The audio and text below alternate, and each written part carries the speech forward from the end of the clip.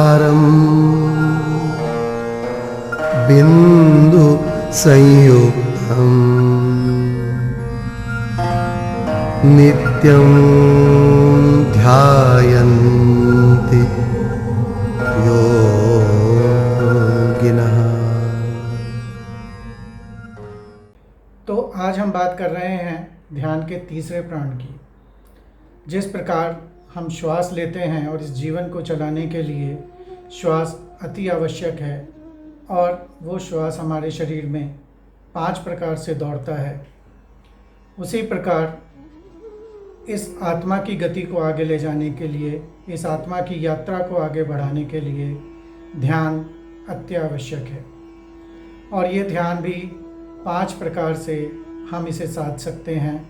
5 इसकी रिक्विजिट्स हैं, 5 इसकी ऐसी ज़रूरत हैं जो कि यदि हम साध लेते हैं तो फिर ध्यान की यात्रा बहुत सुगम हो जाती है, बहुत आसान हो जाती है।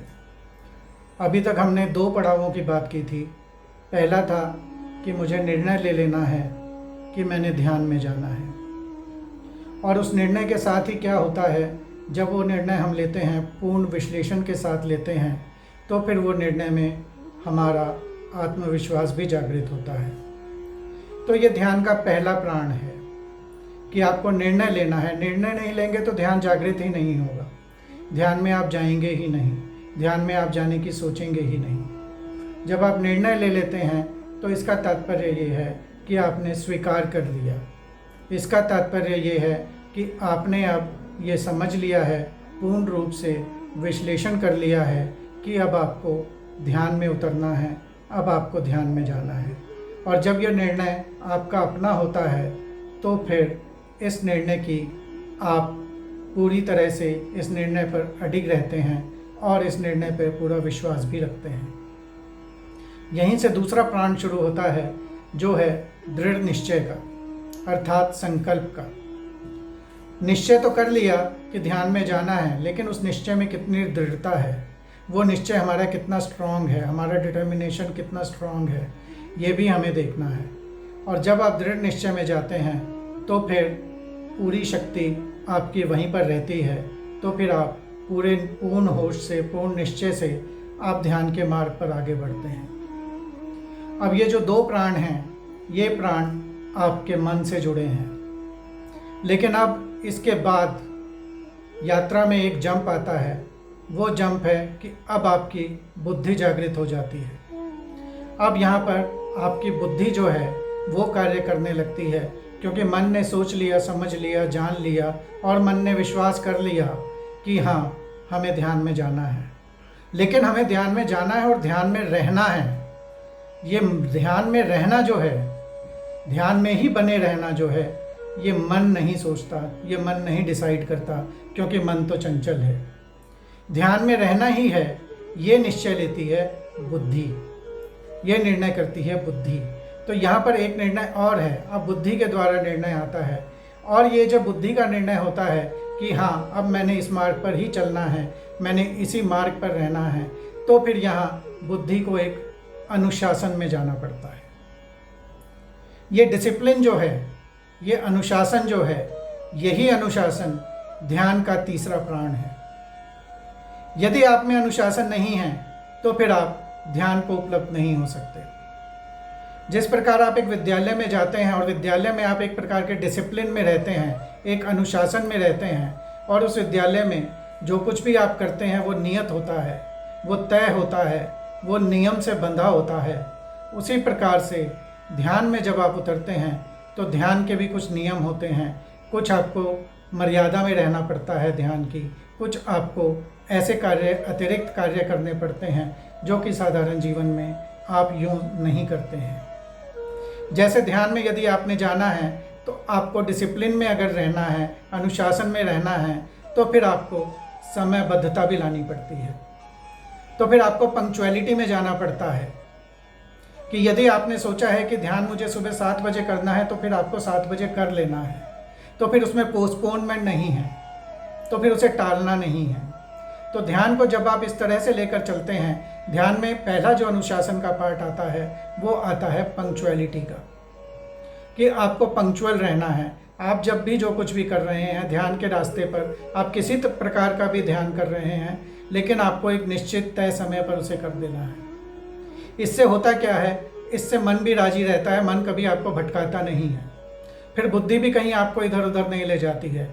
क्योंकि यदि आप पोस्टपोनमेंट में जाते हैं तो फिर होता क्या है, आप सोचते हैं अच्छा अभी तो घर पर ही है पूरे दिन, चलो ध्यान 1 घंटे बाद कर लेंगे, 2 घंटे बाद कर लेंगे।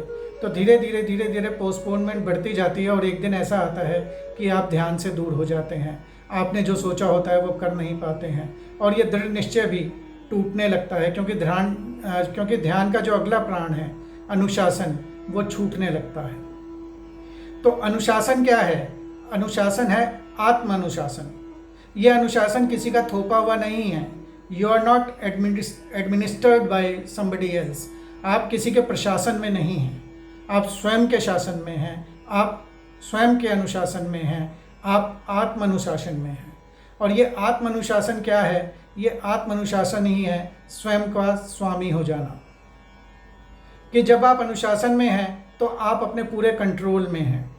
जैसे मैंने पिछली बार कहा था कि अभी हमारे स्विचेस, हमारे सारे कंट्रोल्स दूसरे के पास हैं, क्योंकि हम अनुशासन में नहीं हैं, क्योंकि हमारी बुद्धि को पता ही नहीं है कि हमने करना क्या है। तो फिर कोई हमें लालच देता है तो हमारा लोभ का स्विच ऑन हो जाता है, कोई हमें कुछ गलत बात कह देता है तो हमारा क्रोध का स्विच ऑन हो जाता है और हम क्रोधी हो जाते हैं। लेकिन यदि आप आत्म अनुशासन में हैं, यदि आप स्वयं के ही स्वामी हैं, तो फिर कोई और आपको कंट्रोल नहीं कर सकता। यदि आप स्वयं में ही संयम में हैं तो फिर कोई और आप पर हावी नहीं हो सकता। ये होता क्या है, दूसरा जब आपके ऊपर आता है तो एक तूफान की तरह से आता है। दूसरे के जब थॉट्स आपके ऊपर आते हैं तो इस तरह से आते हैं कि आपको लगता है वही सही है और हम तो गलत हैं। यहाँ पर आपका जो सेल्फ कॉन्फिडेंस होता है, जो ध्यान का एक और प्राण हमने कहा था, वो भी छूटने लगता है, क्योंकि हम पर के विश्वास में ज़्यादा चले जाते हैं। क्योंकि शुरू से हम रहे ही परातंत्र हैं, हमने अपनी आत्मा को कभी स्वतंत्र किया ही नहीं। हम दूसरे ने जो कह दिया वही मान लेते हैं, हमारे धर्म ग्रंथों में जो लिख दिया हम वही मान लेते हैं। हम उन्हें कभी किसी कसौटी पर तोलना नहीं चाहते, क्योंकि हम कोई मेहनत नहीं करना चाहते। हम देखना नहीं चाहते कि जो अनुभव आवश्यक नहीं महावीर को हुआ, बुद्ध को हुआ, वो अनुभव हमें भी हो सकता है हमें उससे कम अनुभव हो सकता है हमें उससे ज़्यादा अनुभव हो।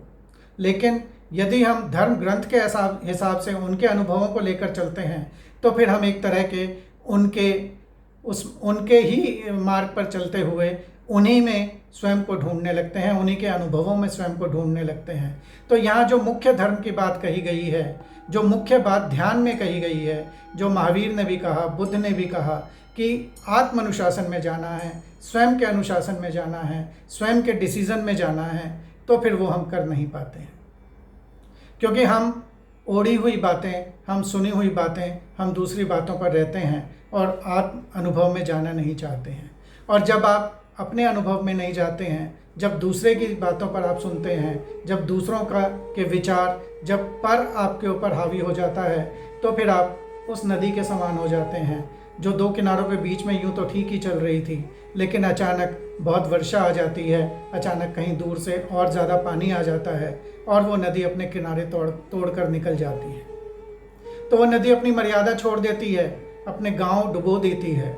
जो नदी कभी उन गांवों की रक्षा करती थी, वो नदी उन गांवों को फिर डुबो देती है।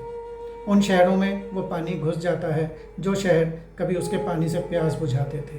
तो होता क्या है, यदि आत्म अनुशासन नहीं है, यदि अनुशासन नहीं है, तो डिस्ट्रक्शन आती है, तो आप डिस्ट्रक्टिव हो जाते हैं, क्योंकि अनुभव आपको मिलता नहीं है। और दूसरी तरफ से बाह्य नेगेटिव एनर्जीज, ऋणात्मक ऊर्जाएं इतनी आप पर हावी हो रही हैं कि आप उन्हें संभाल नहीं पाते हैं, कि आप उनमें पूरी तरह से लिप्त हो जाते हैं और अपने आत्मीयता को, अपने स्वयं को, अपने स्वयं के स्वामित्व को आप भूलने लगते हैं, आप भूल जाते हैं। और यह आत्म अनुशासन है क्या? ये अनुशासन है कि आपके जो भीतरी दोष हैं उनसे लड़ना और बाह्य दोष जो हैं उन्हें छोड़ना। भीतरी दोषों की हमने बहुत विस्तार में बात की थी, बाह्य दोषों की भी बहुत विस्तार में बात की थी जब हम शतरंज की मोहरों की बात कर रहे थे। तो बाह्य दोष और भीतरी दोष हमारे ऊपर बार बार आते हैं, बाह्य दोष भीतरी दोषों में भी बदल जाते हैं और फिर हम विभिन्न प्रकार की ऐसी क्रियाओं में उलझ जाते हैं जो हमें नहीं करनी चाहिए थी, जो हमारे जन्म के पूरे, जो हमने जन्म लिया था, हमारे जन्म का जो लक्ष्य था, उस लक्ष्य से वो हमें दूर करने लगता है, उस लक्ष्य से वो हमें अलग हटा देता है और ये जीवन जो है यूं ही बीत जाता है। और फिर जैसा उस दिन हम बात कर रहे थे कि आत्मा जो है वो निंदनीय आत्मा हो जाती है, या वो आत्मा सुषुप्त अवस्था में चली जाती है कि जिस कारण से इस शरीर को चुना था, जिस कारण से ये जन्म लिया था, अब ये जन्म जो है पूर्ण रूप से अब मेरी यात्रा में कोई भी लाभ मुझे नहीं दे सकता है। तो फिर भीतरी दोषों से अगर आप दूर रहते हैं, भीतरी दोषों से लड़ते हैं और बाह्य दोष आप पर कोई आते नहीं हैं, काम, क्रोध, मोह, माया, लोभ, अहंकार, लालच, किसी भी प्रकार का कोई दोष आप पर नहीं आता है और भीतरी दोष जो आपके हैं, जो जिनको आप संयम के द्वारा, जिनको आप तप के द्वारा, जिनको आप अपने भीतर जागृत किए हुए एक अनुशासन के द्वारा जीत सकते हैं, तो वो दोष भी फिर आप पर हावी नहीं होते हैं और आप ध्यान के मार्ग में आगे बढ़ सकते हैं। और ये आत्म अनुशासन पैदा कैसे होगा आपके भीतर? आत्म अनुशासन आपके भीतर आएगा विवेक से। ये विवेक क्या है? ये विवेक है बहुत ठंडे दिमाग से, बहुत धैर्य से किसी भी बात पर विचार करना। ये विवेक है सही गलत को देखना। ये विवेक है सही गलत में निर्णय करना। और जब आप पर विवेक आता है, तो फिर जब विवेक में आप जाते हैं तो आत्म अनुशासन स्वयं ही पैदा हो जाता है। तो फिर आत्म अनुशासन में भी आप आगे बढ़ने लगते हैं और जीवन में आप जो ध्यान के मार्ग को आपने चुना, आप ध्यान के मार्ग पर आगे बढ़ना चाहते हैं, तो वो ध्यान के मार्ग को आप सहजता से उसमें अनुभव प्राप्त कर सकते हैं। अभी होता क्या है कि हम लोग अनुशासन सोच लेते हैं कि हाँ, अब हम अनुशासन में रहेंगे, अब हम किसी भी प्रकार के कोई भी ऐसे कार्य में नहीं जाएंगे जो हमारे लक्ष्य से हमें दूर करेगा। लेकिन फिर भी कई बार ऐसा हो जाता है जैसा मियाँ बदरुद्दीन के साथ हुआ। मियाँ बदरुद्दीन को लोगों ने बहुत कहा कि मियाँ क्या तुम्हारी उम्र होती जा रही है और तुम कोई धर्म की बात नहीं करते हो, कोई हज पर नहीं जाते हो, ऐसा कुछ भी नहीं करते हो, तुम्हारा जीवन तो पूर्ण रूप से व्यर्थ जा रहा है। तो मियाँ को बात लगती है और वो कहते हैं अच्छा मैं हज पर जाऊँगा। एक पहला प्राण ध्यान का उन्होंने पूरा किया, पहला जो अपना प्राण था कि निर्णय ले लिया कि मैं हज पर जाऊँगा और फिर उस पर विश्वास भी किया, अपने निर्णय पर विश्वास भी किया कि मैं हज पर जाऊँगा और दृढ़ निश्चय किया कि मैं हज पर जाऊँगा। और हज पर जाने के लिए जो कुछ भी आवश्यक था उन्होंने सब तैयारियां की। ये तैयारियां क्या थी? ये तैयारियां अनुशासन था कि मुझे क्या खाना है, मुझे क्या नहीं खाना है, मुझे प्रतिदिन कितना चलना है, कितना नहीं चलना है, मुझे रास्ते में कहाँ रुकना है, कहाँ नहीं रुकना है और मुझे किस प्रकार से, किस तरह से हज तक पहुँचना है, हज करना है और फिर वापस आना है। तो पूर्ण उन्होंने एक अपनी नियमावली तय की। ये नियम अनुशासन ही है। ये अनुशासन उन्होंने बनाया और हज के लिए निकल पड़े। झोले में कुछ सामान रख लिया और हज के लिए निकल पड़े। जब मियाँ बदरुद्दीन हज के लिए निकले तो कुछ आगे निकल गए थे, कुछ दूर गए। लोगों ने बड़े चाव से उन्हें विदा किया, बहुत उन्हें दुआएं दी और कहा कि हज पे जाओ तो हमारे लिए भी दुआ करना। तो ये सब चलता रहा। मियाँ बदरुद्दीन अपने पूरे नियम तय करके हज के लिए निकलते हैं। थोड़ी आगे जाते हैं, 2 दिन 4 दिन 5 दिन गुजरते हैं तो मियाँ बदरुद्दीन फिर जो है वो हज पर आगे जाते हुए रास्ते में उन्हें अचानक एक बहुत सुंदर, एक बहुत प्यारा सा कुत्ता दिखाई देता है। अब वो मियाँ बदरुद्दीन के झोले में कुछ खाने का सामान है, शायद उस कुत्ते को उनकी गंध आ जाती है और वो मियाँ के साथ हो लेता है। अब ये कुत्ता तो बहुत प्यारा है, बहुत सुंदर है और मियाँ के साथ पूंछ हिलाता हुआ चलने लगता है। तो मियाँ बदरुद्दीन को उस पर थोड़ी सी दया आती है तो उसे कुछ खाने को दे देते हैं। जब उसे कुछ खाने को देते हैं तो फिर वो कुत्ता और ज़्यादा उनके साथ लग लेता है और उनके साथ चलने लगता है। तो अब मियाँ बदरुद्दीन उसे थोड़ी देर में कुछ और खाना देते हैं। फिर जहाँ रुकते हैं मियाँ बदरुद्दीन तो देखते हैं कि इस सराय में मैं रुका हूँ और ये कुत्ता जो है अब मेरे साथ ही मैं इसको रखता हूँ, इसको भी हज कराता हूँ। तो ये ऐसा विचार करके वो उस कुत्ते को अपने साथ रखते हैं और फिर देखते हैं अगले दिन सुबह कि वो कुत्ता तो बहुत मैला सा हो रहा है, कुछ गंदा हो रहा है। तो मियाँ बदरुद्दीन उसे नहलाने लगते हैं। उसे नहलाते हैं, फिर उसके बाद उसको साथ लेके चलते हैं। थोड़ी दूर जाते हैं, बार बार कुत्ते को कुछ ना कुछ भूख लगती है, वो अपने झोले में से कुछ ना कुछ उसे खिलाते रहते हैं। अब एक समय आता है कि वो कुत्ता थोड़ा थकने लगता है, तो मियाँ बदरुद्दीन उस कुत्ते की सेवा में लग जाते हैं। उसकी सेवा में लगते हैं, फिर एक सराय में रुक जाते हैं। कहते हैं भाई 2-4 दिन मुझे यहीं रोक लो, और जो है मैं अभी सराय में यहीं रहता हूँ इस कुत्ते के साथ, इसको देखता हूँ थोड़ा सा, ये मुझे बहुत प्यारा है और ये बीमार हो गया है। तो मियाँ बदरुद्दीन अपने मन में एक ऐसे विश्वास ले आते हैं कि ये कुत्ता बीमार हो गया है, हालांकि कुत्ता बीमार नहीं होता। हो क्या रहा है यहाँ पर, उनके मन का अनुशासन थोड़ा थोड़ा टूटता जा रहा है। उन्होंने जो नियम बनाया था कि मैं हज पर जाऊंगा और हज में रास्ते में मौन रहूंगा, किसी से कोई बात नहीं करूंगा, जितना आवश्यक होगा उतना ही कर्म करूंगा जैसा कि हज में होता है, लेकिन मियाँ बदरुद्दीन उस पर नहीं रुक पाए। एक कुत्ते के मोह में पड़ गए, और वो मोह में पड़ने का नतीजा ये हुआ कि अल्टीमेटली वो हज पर तो जा नहीं सके, और हज का समय निकल गया और वो बिना हज किए ही वापस अपने गांव में आ जाते हैं। तो कहने का तात्पर्य ये है कि जब हम अनुशासन के मार्ग पर चलते हैं तो अनुशासन का मार्ग बहुत कठिन होता है। ये साधारण मार्ग नहीं है। आप एक छोटे बच्चे को भी देखेंगे या स्कूल जाते बच्चे को भी देखेंगे, वो स्कूल में जाने से घबराता है इसलिए कि अनुशासन में रहना पड़ेगा।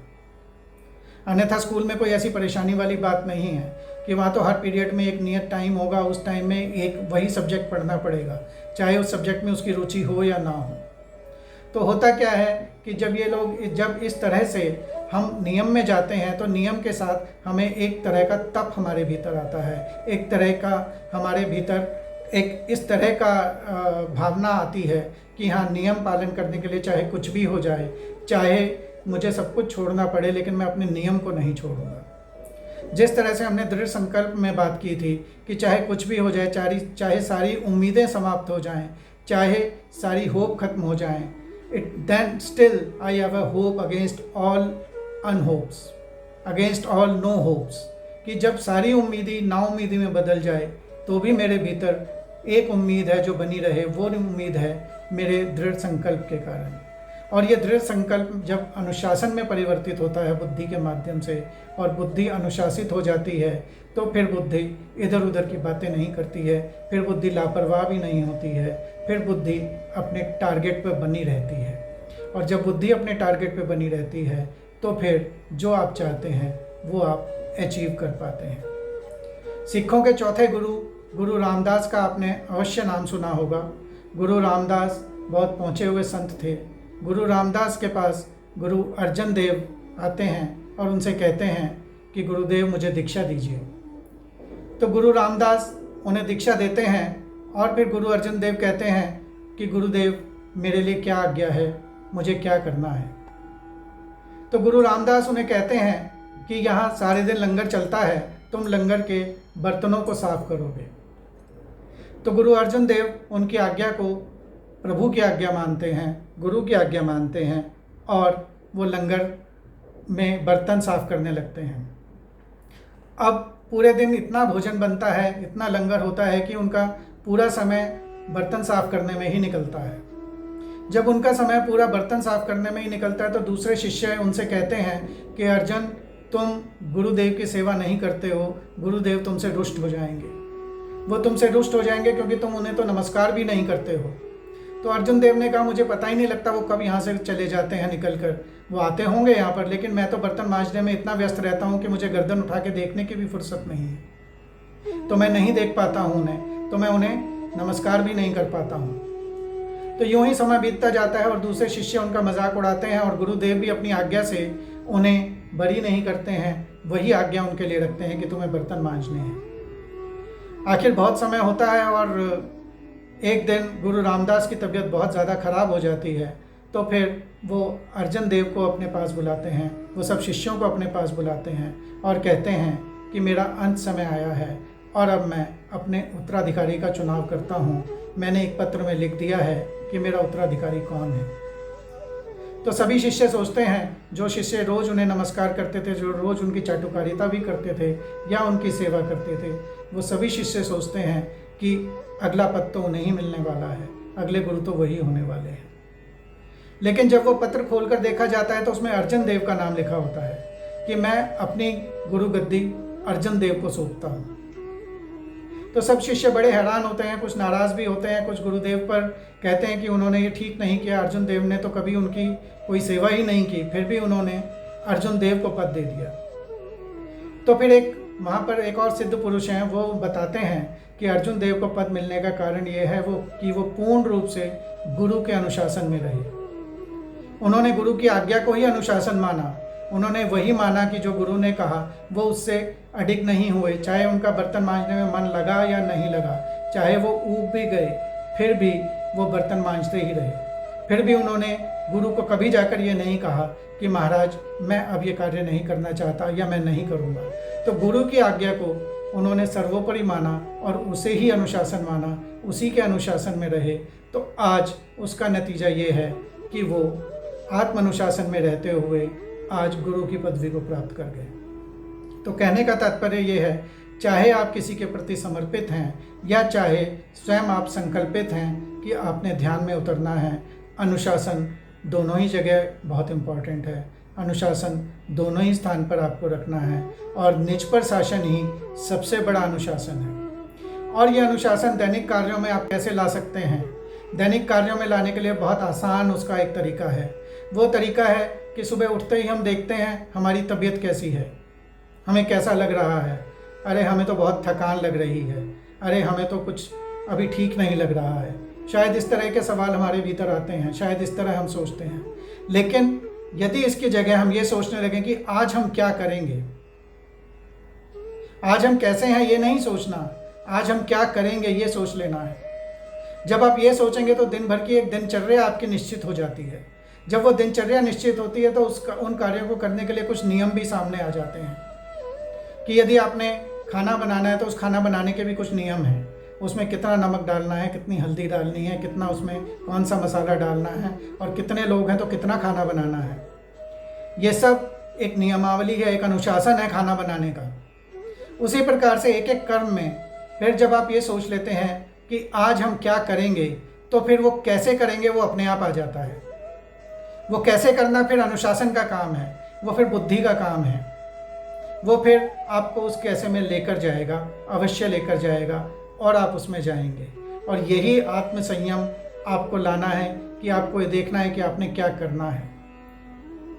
गीता में कृष्ण 1000 तरह से अर्जुन को समझाते हैं, 1000 तरह से बात करते हैं और अपना विराट रूप भी दिखाते हैं। और फिर अंत में कहते हैं कि हे अर्जुन, मैंने तुम्हें जो गुह्य था, जो छिपा हुआ था आज तक, जो गुह्यतम था, जो इतना अधिक छुपा हुआ था कि कोई जान ही नहीं पा सकता था, उस सारे ज्ञान को मैंने तुम्हें कहा है। उस सारे ज्ञान को मैंने तुम्हें कहा है और तुमने बहुत तुमने धैर्य से सुना है और तुम अपनी बुद्धि से, अपने विवेक से अब तुम निर्णय करो, अपनी इच्छा से निर्णय करो कि तुम्हें क्या करना है।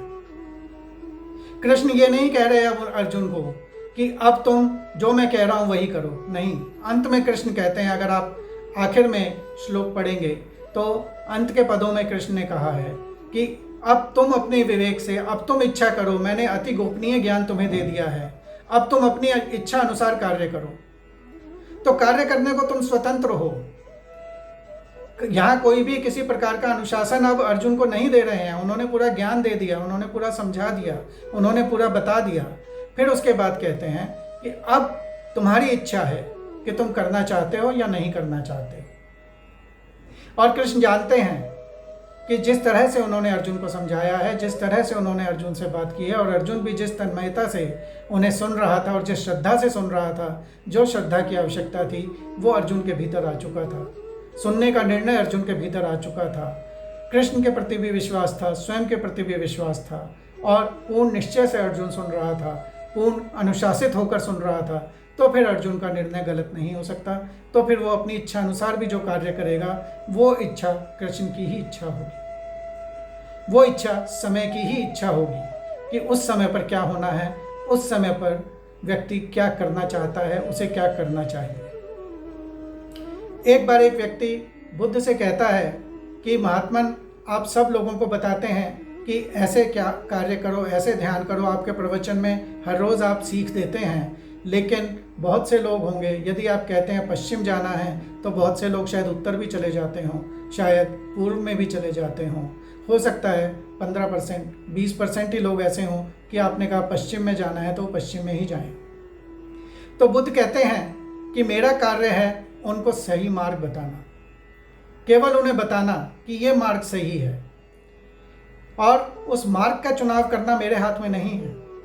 मार्ग का चुनाव वही करेंगे, वो उन्होंने ही करना है, वो उन्होंने अपनी इच्छा से करना है। यदि वो मुझे सही समझेंगे, यदि सही जानेंगे, तो फिर वो जो मैंने मार्ग बताया है उस पर चल सकेंगे, और नहीं तो दूसरे मार्ग पर भी जाएंगे तो हो सकता है वो मार्ग थोड़ा लंबा हो, पर पहुंचा तो शायद वो मार्ग भी दे उन्हें। हो सकता है वो उल्टे चले जाएं और फिर समझ आए और फिर वापस पलट के आ जाएं, फिर इसी मार्ग पर आ जाएं। तो चुनाव उनका है, यात्रा उनकी है कि वो यात्रा छोटी रखना चाहते हैं या लंबी रखना चाहते हैं। मैं तो उन्हें मार्ग बता सकता हूँ, एक छोटा मार्ग बता सकता हूँ। तो अनुशासन में भी आप स्वयं को एक मार्ग बताते हैं। यहाँ बुद्ध नहीं आ रहे आपको मार्ग बताने, यहाँ कृष्ण भी नहीं आ रहे हैं, यहाँ आप स्वयं हैं। आप स्वयं पर जो अनुशासन डालेंगे वो आत्म अनुशासन होगा। जैसे अगर आप शाकाहारी हैं तो आपने एक अनुशासन पाल लिया है कि मुझे शाकाहारी करना है, यह आपका दृढ़ निश्चय भी है। तो फिर होता क्या है कि चाहे कैसी भी स्थिति परिस्थिति आए, आप शाकाहार को नहीं छोड़ते हैं। आपने जो मर्यादा मान ली है, आपने जो नियम बांध लिया है, आप उसी मर्यादा में रहते हैं, आप उसी नियम में रहते हैं। तो फिर जब आप इस प्रकार के नियम में और मर्यादा में रहते हैं तो आप आत्म अनुशासन में होते हैं, और फिर आप जीवन भर जो आपने शाकाहार चुना है, चाहे वो आपने अपनी पारिवारिक परंपराओं के अनुसार चुना हो या आपके स्वयं के भीतर से ही ऐसा हुआ हो कि आपने शाकाहारी रहना है, तो फिर आप शाकाहारी रह पाते हैं। यही बातें इसी तरह से जीवन में आप छोटी छोटी चीज़ों में यदि अनुशासन लाते हैं, यदि सब कार्यों को आप अनुशासित होकर करते हैं, तो फिर कोई भी ऐसी उपलब्धि नहीं है जिस पर आज आप ना पहुंच सकें। तो ध्यान का तीसरा प्राण जो है, ध्यान का तीसरा जो प्री रिक्विजिट है कि यदि आप ध्यान में जाना चाहते हैं तो आपने मन और बुद्धि को किस प्रकार से संयमित करना है, किस प्रकार से चलाना है, और बुद्धि आपकी सदा सहयोगी बने वो किस प्रकार से कर लेना है। तो उसके लिए पहला नियम जो था, पहले जो ध्यान का प्राण था, वो था निर्णय कर लेना, निर्णय पर विश्वास रखना, और दूसरा था दृढ़ निश्चय। और आज हमने तीसरे की बात की है जो है अनुशासन या आत्म अनुशासन भी आप इसे कह सकते हैं। तो अनुशासन में यदि आप रहेंगे तो फिर ध्यान के अनुभव आपके भीतर बहुत जल्दी आने लगेंगे, तो फिर आप ध्यान के अनुभव बहुत दूर आपसे नहीं रह जाएंगे। तो आज हम एक अनुशासन के ही ध्यान में जाएंगे।